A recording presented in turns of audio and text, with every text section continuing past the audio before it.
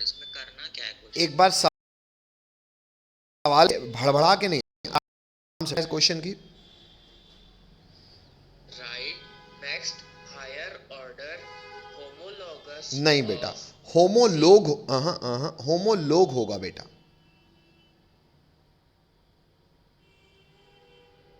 Spelling बोलो।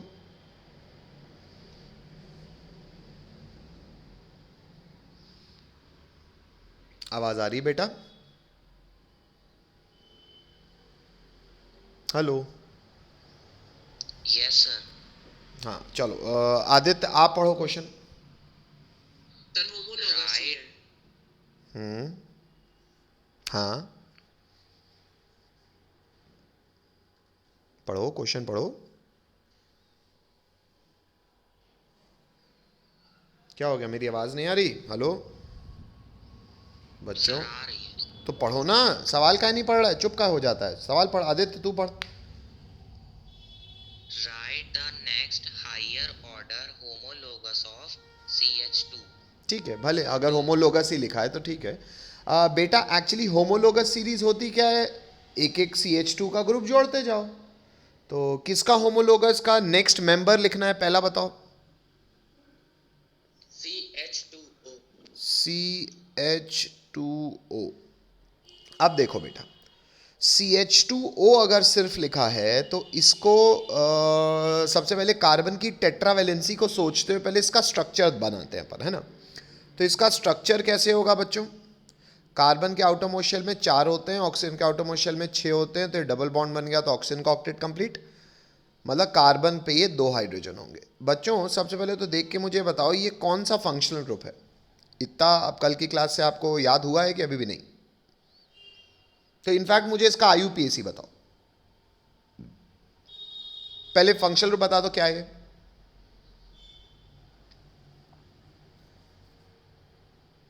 Notes देख के भैया बताओ, कोई तो बता दे। कार्बन में डबल बॉन्ड O है और कोई भी एक फ्री वैलेंसी से एक हाइड्रोजन हो, मेरा काम तो तभी भी हो जाता है, फिलहाल तो 2 है। एल्डिहाइड। बाप रे, इतनी देर लग गई नालायकों। कार्बन में डबल बॉन्ड O है, 2 फ्री वैलेंसी में किसी एक में भी हाइड्रोजन होता तो मुझे तकलीफ नहीं थी, मैं उसे अल्डिहाइड कह देता। ये तो 2 है और भला।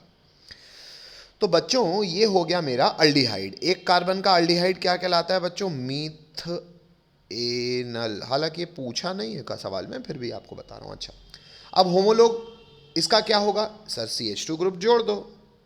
मतलब इस कार्बन में जैसे कि ये C था, ये H था, ये डबल बॉन्ड O था, एक H हटा के आप CH2 का ग्रुप जोड़ो और CH2 ग्रुप की टेट्रावैलेंसी पूरी हो जाएगी, ये जो एक हाइड्रोजन आपने हटाया है उससे। तो इसको सिंपली मैं लिखूं तो इसका नेक्स्ट होमोलोग हो जाएगा CH3CHO। हेलो। तो बेटा ये तो थ्योरी में हमने लिखा ही है कि CH2 जोड़ के हायर होमोलोग तक पहुंचते जाओगे। बाय द वे अब आपको ये भी पता है कि इसमें 2 कार्बन की मेन चेन हो गई, तो इसका रूट वर्ड हो जाएगा एथ। फंक्शनल ग्रुप तो अभी भी डबल बॉन्डेड हुई है, तो इसका नाम हो जाएगा इथेनॉल। हेलो। Yes sir. तकलीफ बाकी लोगों? No sir. ठीक नो है, सर। लिखना चाहो तो लिख लो, लेकिन खैर ये तो आसान सा था यार, मतलब चलो कोई बात नहीं। आगे बढ़ जाऊं, लिखना है कि आगे बढ़ जाऊं? सर लिखता है। लिख लो भैया। अगर ऑक्सीडेशन आपको पता है तो ये बताइए, अल्केन का फर्स्ट स्टेप ऑक्सीडाइज प्रोडक्ट क्या होता है? एल्कोहल। एल्कोहल का नेक्स्ट स्टेप ऑक्सीडाइज प्रोडक्ट क्या होता है? एल्डिहाइड। नहीं बेटा, मैं आप प्रॉपर एग्जाम्पल बता रहे हो, मैं जनरल पूछ रहा हूँ। एल्कोहल का next second step oxidize product क्या होता है? अल्डिहाइड। हेलो। अल्डिहाइड का नेक्स्ट स्टेप ऑक्सीडाइज प्रोडक्ट क्या होता है? Carboxylic acid. कार्बोक्सिलिक एसिड का नेक्स्ट स्टेप ऑक्सीडाइज प्रोडक्ट क्या होता है? CO2 and H2O। CO2। मतलब जल गया, मतलब जल गया। जलना मतलब ये होता है, जलना मतलब ये होता है ना, CO2H2 में बदल जाना। Hello, chemically. Hello. Yes sir. ठीक है, तो ऑक्सीडेशन में हम लोग पॉइंट नंबर 1 लिख चुके हैं बच्चों। Yes sir. Yes sir. चलो बेटा, ऑक्सीडेशन में बच्चों पॉइंट क्रमांक 2 लिखते हैं। ऑक्सीडेशन में पॉइंट क्रमांक 2 लिखते हैं। लिखने की शुरुआत करते हैं। लिखेंगे, हमने इतना तो लास्ट क्लास में देखा है क्या कि सर अगर हम सिंपली कोई अल्केन लेते हैं, उस अल्केन का अगर मैं फर्स्ट स्टेप ऑक्सीडेशन करता हूं तो वो क्या बन जाएगा? अल्कोहल। एल्कोहल का मैं नेक्स्ट स्टेप ऑक्सीडेशन करता हूं तो क्या बन जाएगा? एल्डिहाइड। अल्डिहाइड का मैं नेक्स्ट स्टेप ऑक्सीडेशन करूंगा तो क्या बन जाएगा? Carboxylic acid. मैं सीधा एसिड भी लिख दे रहा हूँ, है ना, घबराना मत, समझ जाना, सेम ही चीज़ है। अच्छा, और एसिड का भी और ऑक्सीडेशन करूंगा तो ये तो काम खराब हो जाएगा, जल जाएगा। जली हुई चीज़ बिकती है क्या? No sir. नहीं। तो हम एक्चुअली कंट्रोल्ड कंबशन यानी कि ऑक्सीडेशन जब करना चाहेंगे ना तो हम एसिड तक जाना चाहेंगे। अच्छा, अब मुझे एक बात बताओ, कोई अगर एक ऐसा सब्सटेंस है जो दूसरे को ऑक्सीडाइज करा पा रहा है तो क्या इंग्लिश में मैं उसे ऑक्सीडाइजिंग एजेंट कहूं तो आपको चलेगा?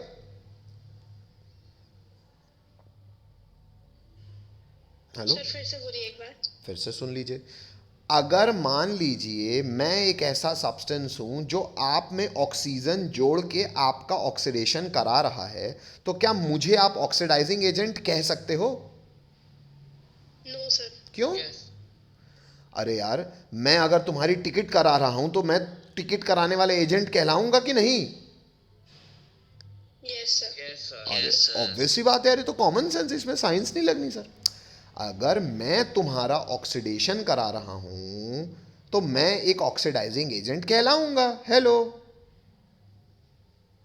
Yes sir. यस। अच्छा, अब मान लो यहां पे एक राम है, कोई होगा राम। राम एक ऐसा ऑक्सीडाइजिंग एजेंट है जो केवल किसी व्यक्ति को एक जगह से फर्स्ट स्टेप बस दूसरी जगह ले जा पा रहा है, तो क्या इसको ऑक्सीडाइजिंग एजेंट बोलोगे? हाँ बोलेंगे सर।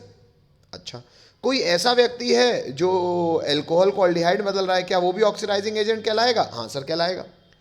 अच्छा, कोई ऐसा व्यक्ति है जो एल्कोहल को पकड़ के अल्डिहाइड यानी कि फर्स्ट स्टेप में नहीं, एक और कदम एक्स्ट्रा ले जाए, तो क्या आप ये कहोगे कि ये जो ऑक्सीडाइजिंग एजेंट होगा ना सर, ये ज्यादा मजबूत है इस वाले से? ऐसा कह सकते हो कि नहीं? Yes sir. अरे सर, कोई ऑक्सीडाइजिंग एजेंट अगर 2 कदम आगे बढ़ा ले जा रहा है तो दुगना शक्तिशाली होगा, ऑक्सीजन देने में दुगना योग्यता रखता होगा, लो कैपेबिलिटी रखता होगा, लो। Yes sir. अच्छा, तो मैंने आपको दूसरे पॉइंट में यही कहा कि ऐसे नेचर में कुछ ऑक्सीडाइजिंग एजेंट्स आते हैं। अच्छा, उन्हें कुछ ऑक्सीडाइजिंग एजेंट्स का मैं आपको एग्जाम्पल भी दे रहा हूं। एग्जाम्पल है पोटेशियम परमैंगनेट। एग्जाम्पल कौन है? Potassium permanganate. बेटा पोटेशियम हम लोग सब लोग जानते हैं, सिंबल के होता है। मैंगनीज एक मेटल है जिसका सिंबल होता है बड़ा एम छोटा एन, और ये एक एम एन और 4 ऑक्सीजन मिलके, लेकिन ये काम होता है बेसिक मीडियम में। कौन से मीडियम में? Basic need. ये कहलाता है एल्कलाइन पोटेशियम परमैंगनेट। क्या कहलाता है? Alkaline potassium permanganate. Actually alkaline केवल उसका मीडियम है, उसका मीडियम है जिसमें वो एक ऑक्सीडाइजिंग एजेंट की तरह बिहेव कर सकता है, ठीक है। और दूसरा ऑक्सीडाइजिंग एजेंट है, दूसरा इसलिए उसको मैं और करके लिख रहा हूं कि या तो ऊपर वाला यूज कर लो या तो नीचे वाला यूज कर लो। दूसरा है पोटेशियम डाइक्रोमेट। इसका फॉर्मूला होता है K2Cr2O7। मतलब 2 पोटेशियम 2 क्रोमियम और 7 ऑक्सीजन मिलके जो कंपाउंड बनाते हैं इसे कहते हैं पोटेशियम डाइक्रोमेट। क्या कहते हैं? Potassium dichromate. ये एक्चुअली बच्चों एक ऑक्सीडाइजिंग एजेंट की तरह बिहेव करता है जनरली एसिडिक मीडियम में। कैसे मीडियम में? एसिडिक मीडियम में। क्योंकि ये काम एसिडिक मीडियम में करता है इसलिए इसको कह रहा हूं एसिडिक पोटेशियम डाइक्रोमेट, और क्योंकि ये बेसिक मीडियम में काम करता है इसलिए इसको कह रहा हूं एल्कलाइन पोटेशियम परमैंगनेट। ये बात समझ में आती? Yes sir. अब मैं आपको जानकारी दे रहा हूं, ये दोनों एक ऐसे ऑक्सीडाइजिंग एजेंट हैं जिन्हें मैं स्ट्रॉन्ग कह सकता हूं। क्यों? अरे यार ये फैक्चुअल बात है, आपको पता होनी चाहिए। क्यों सर? ये किसको किस में बदलते हैं? बेटा इनमें टेंडेंसी होती है किसी भी अल्कोहल को, जैसे कि CH3 CH2OH, ये अल्कोहल का नाम बोलो। इथेनॉल। नालायक, नल बोल रहा है। इथेनॉल, OL होता है अल्कोहल का सफिक्स। Hello, yes sir. हालांकि मुझे बोलना चाहिए इथेन 1 ऑल, पर हो गया, मैं उतना समझा चुका हूं तो मैं सीधा लिख दे रहा हूं इथेनॉल। अच्छा, ये अल्कोहल का फर्स्ट स्टेप ऑक्सीडाइज प्रोडक्ट क्या होगा? अल्डिहाइड। अल्डिहाइड का नेक्स्ट स्टेप क्या होगा? Carboxylic acid. तो 2 कार्बन का कार्बोक्सिलिक एसिड कैसा दिखेगा बच्चों? सर CH3 पहला तो वही रहेगा, और ये जो कार्बन जिससे OH जुड़ा है वो बदल जाएगा COOH में। तो ये किस में बदल गया बच्चों?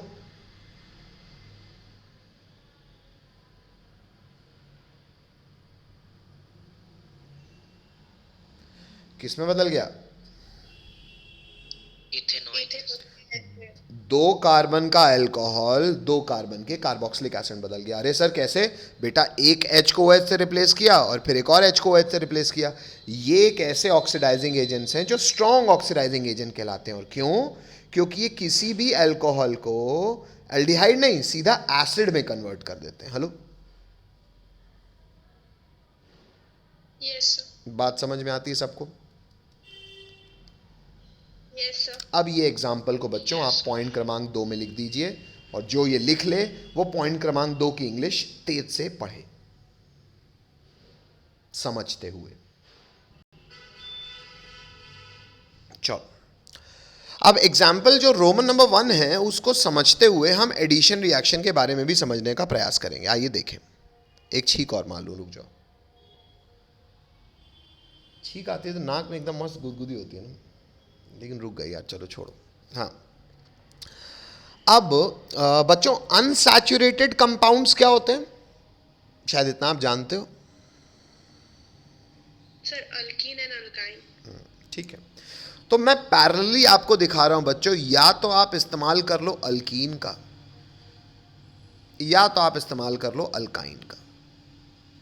अच्छा, अल्कीन में क्योंकि कार्बन कार्बन में डबल बॉन्ड है बच्चों, तो वैलेंसी सेटिस्फाई करने के लिए यहाँ मान लो मैं एक तरफ हाइड्रोजन लगा दे रहा हूँ और एक तरफ एक हाइड्रोजन लगा के इसमें एक ऑप्शन बना दे रहा हूँ, क्योंकि आज आप लोग कंफ्यूज भी हुए हैं, तो बल्कि अच्छी बात है, आप लोग को समझ में आ जाएगा कि बेटा ये जो कोने वाला कार्बन है 2 बॉन्ड बना रहा है, एक हाइड्रोजन है, तो बाकी इसकी एक फ्री वैलेंसी कैसे पूरी होगी?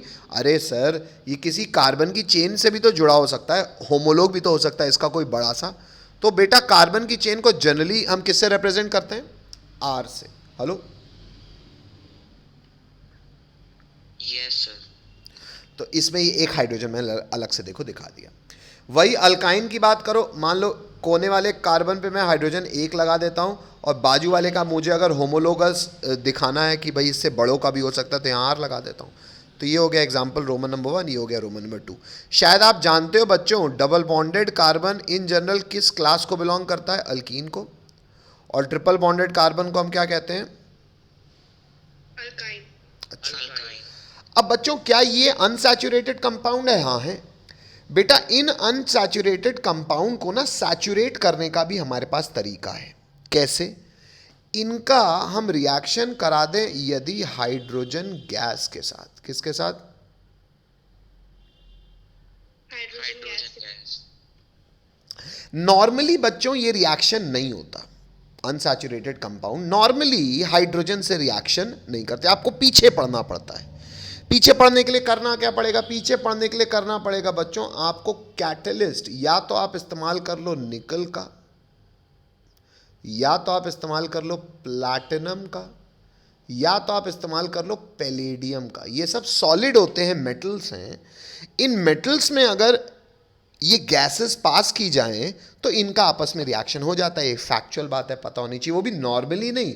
आपको हीट को कैसे दिखाते हैं? ट्राइंगल के साइन से। कैसे? ट्राइंगल से। अच्छा, तो बच्चों अगर यहाँ पे भी सेम कहानी है, निकल यूज़ कर लो या प्लैटिनम यूज़ कर लो या पैलेडियम यूज़ कर लो और हीट कर दो। अब बच्चों होगा क्या अगर सर ये डबल बॉन्ड मुझे ख़त्म करना है? तो आप देखो सर, ये R तो रहेगा ही, C तो रहेगा ही, उसके पास एक H ऑलरेडी आ गया, मजा आ गई। जो डबल बॉन्ड है बच्चों उसको सिंगल बनाना है, तो सर यहाँ तो CH2 है ही, डबल बॉन्ड सिंगल कैसे बनेगा? बच्चों मान लो ये मेरा H2, मैं अलग से दिखा देता हूँ आपको, देखो ये है मान लो H2, अब आपको अलग से दिखेगा, ये हाइड्रोजन गैस है। हाइड्रोजन गैस में कितने हाइड्रोजन के एटम है? 2। एक को इससे जोड़ दो, एक को इससे जोड़ दो, ये जनरल बताओ क्या बन गया? RCH2 CH3 बन गया ना? Yes, sir. ये क्या कहलाता है बच्चों?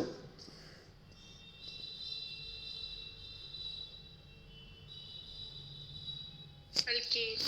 बात समझ रहे हो? Yes, sir. अच्छा, नीचे वाले में भी देखो सर, R तो R ही रहेगा, ये C रहेगा, सिंगल बॉन्डेड ये CH ही रहेगा। लेकिन सर हमारे पास क्या है? H2। लेकिन बेटा सर यहाँ पे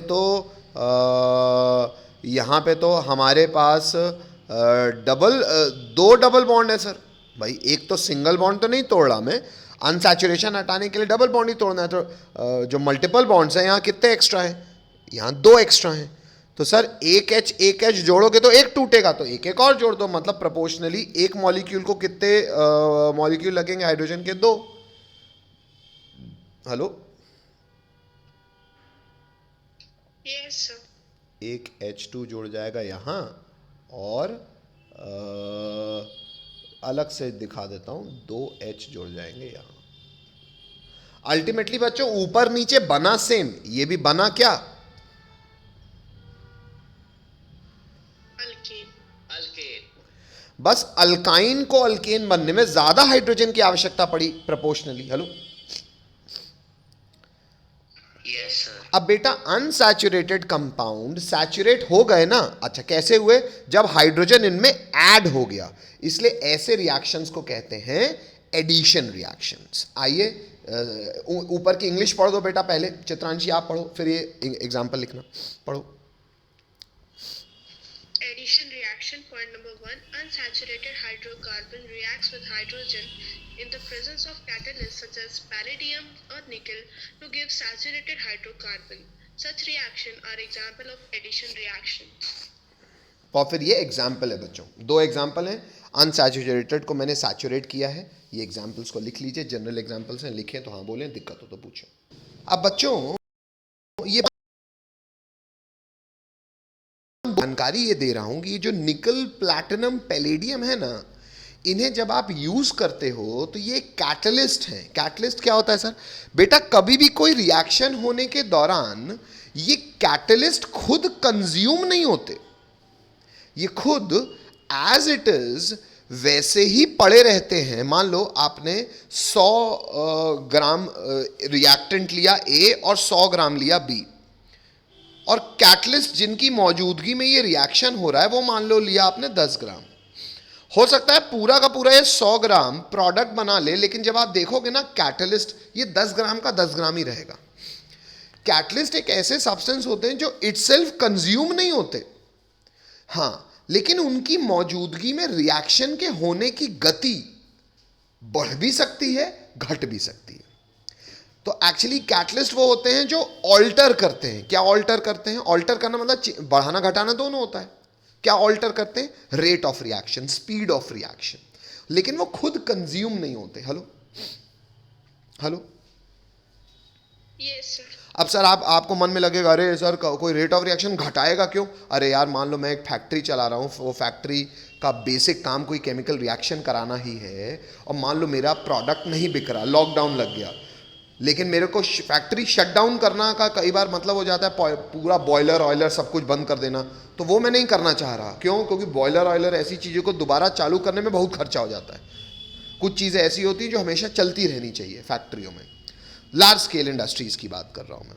तो उनको बंद करना के बाद उनको चालू करने में ज़्यादा खर्चा है बनस्पत वो चलते रहें भले कम प्रोडक्शन करें।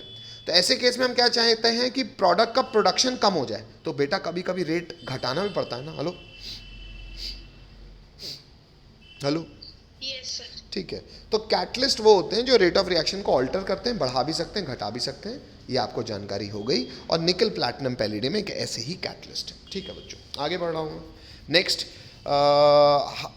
एडिशन रिएक्शन में ही बच्चों आगे जानकारी हासिल करेंगे। नेक्स्ट लिखेंगे पॉइंट क्रमांक 3। ये एडिशन में ही आगे बढ़ रहे हैं, पॉइंट क्रमांक 3 ही होगा ना। Yes, sir. ठीक है, लिखते भी रहो और सुनते भी रहो, लिखते भी रहो सुनते भी रहो। बेटा हाइड्रोजनेशन क्या है? बेटा एक्चुअली हाइड्रोजनेशन वही है जो हमने ऊपर एडिशन रिएक्शन के एग्जाम्पल में लिखा है। तो अलग से नाम काहे बता रहे हो सर? इसलिए बता रहा हूं बेटा क्योंकि एक्चुअली हाइड्रोजन को जब भी हम किसी अनसैचुरेटेड कंपाउंड में जोड़ के सैचुरेट बनाते हैं ना, ये काम हमें पता है निकल प्लैटिनम पैलेडियम की मदद से होता है। इसे हम एक और नाम हाइड्रोजनेशन इसलिए दे रहे हैं क्योंकि ये इंडस्ट्रियली बहुत इस्तेमाल होने वाला प्रोसेस है। कैसे सर? बेटा जो अनसैचुरेटेड हाइड्रोकार्बन होते हैं ना, अनसैचुरेटेड हाइड्रोकार्बन का सबसे बेहतरीन एग्जाम्पल है तेल। जो तेल से आप खाना बनाते हो वो वेजिटेबल ऑयल लिखा है उसके लिए। वेजिटेबल ऑयल यानी कि तेल को बेटा घी में भी इंडस्ट्रियली कन्वर्ट किया जा सकता है। कैसे? यही प्रोसेस से, इसलिए नाम दिया है हाइड्रोजनेशन। क्यों? क्योंकि वेजिटेबल घी पता है क्या होता है बेटा? बस वही अनसैचुरेटेड कंपाउंड का सैचुरेटेड वर्जन। मतलब सर बेटा घी सैचुरेटेड हाइड्रोकार्बन होता है और ऑयल अनसैचुरेटेड हाइड्रोकार्बन होता है। Hello hello, Yes, sir. तो ये हमें एक एक्स्ट्रा जानकारी हो गई है। हमने एडिशन के एग्जाम्पल में पढ़ा है, पर हम आज से जान गए कि तेल को घी में भी हाइड्रोजनेशन से बदला जा सकता है। और बस इतना लिख लिया सबने इंग्लिश। हेलो, हटा दूं, नीचे करूं? Yes, sir. चलो आगे बढ़ रहे हैं बच्चों। नेक्स्ट लाइन से लिखेंगे इसी में दैट इज करके इसको रिएक्शन के रूप में। क्या मैंने आपको बताया? वेजिटेबल ऑयल हाइड्रोजन के साथ रिएक्शन करता है, निकल प्लैटिनम पैलेडियम की मौजूदगी में हीट करो बन जाता है वेजिटेबल घी। वेजिटेबल ऑयल एक अनसैचुरेटेड कंपाउंड है और वेजिटेबल घी एक सैचुरेटेड कंपाउंड है। अब एक और जानकारी दे रहा हूं ये रिएक्शन में आपको। हाइड्रोजन जब ऐड की जाती है ये गैसियस स्टेट में होती है। वेजिटेबल ऑयल बच्चों रूम टेम्परेचर में लिक्विड स्टेट में होता है और जो घी है बच्चों ये सॉलिड स्टेट में होता है। Hello hello, Yes, sir. इसलिए यहां पे बच्चों ये स्टेट जरूर साथ में लिखना। क्यों? इससे मैं एक और चीज आपको बताऊंगा। पहले इतना लिखो, लिखो तो हाँ बोलो। Vegetable oils are healthy, full stop. Animal fat मतलब वेजिटेबल घी को हम एनिमल फैट भी कहते हैं। Animal fat generally contain saturated fatty acid which are said to be harmful for health, full stop. Oil containing unsaturated fatty acid should be chosen for cooking. पहले English लिख लो बच्चों, English लिखते भी जाओ और मेरी हिंदी सुनते भी जाओ। यहां पे मैं ये कह रहा हूं कि बच्चों तेल और घी के बीच में अगर आपसे पूछा जाए कि वैसे तो सच्चाई ये है कुछ भी नहीं खाना चाहिए, लेकिन फिर भी अगर एक ऑप्शन पूछा जाए कि तेल या घी में ज़्यादा बेटर क्या है हेल्थ वाइज, तो सच्चाई ये है बच्चों तेल। क्यों? क्योंकि बेटा जो घी है ना, वो घी आप ऐसे भी समझो वो एक सॉलिड है। अच्छा तो सर बेटा सॉलिड को पचाने में, जैसे आप अगर घी खाते हो तो वो घी एक सैचुरेटेड सॉलिड है। उससे क्या होगा? आपको सबसे पहले आप जितनी मेहनत करोगे कुछ आपकी मेहनत यानी कि कुछ एनर्जी लगेगी उसमें, उसको सॉलिड से डिकम्पोज करने में, लिक्विड बनाने में, गैस बनाने में, और उसके बाद आप फर्दर उसका जो भी मॉलिक्यूलर लेवल पे उसको तोड़ पाओगे। भाई कोई भी चीज़ खाते हो वो पचती कब है? जब वो पेट में जाके डिकम्पोज होती है। पेट में जाके डिकम्पोज होके वो जो भी अपने एनर्जी कंटेंट होगा आपके शरीर को देगी। हाँ, लेकिन ये बात भी सही है, हमने तो सुना है सर घी खाना, अरे बेटा बहुत ऐसे लोगों के लिए घी खाना उचित है जो वाकई में फिजिकली उतनी मेहनत करते हैं। हमारे ज़माने के बच्चे जो मैक्सिमम टाइम आज फ़ोन में बैठे हो पढ़ने के लिए, वैसे तो स्कूल आना जाना पड़ता था, लेकिन उस तब भी घर में आके मोबाइल में गेम खेलते थे, घूमने दौड़ने भागने वाला गेम नहीं खेलते थे। हाँ, जो खेल रहा है उसका उतना कंजम्पशन एनर्जी का हो जाएगा, उसके लिए घी उचित, बाकियों के लिए घी तो फैट है। Hello hello, Yes, sir. चलो इतना लिखो लिखो।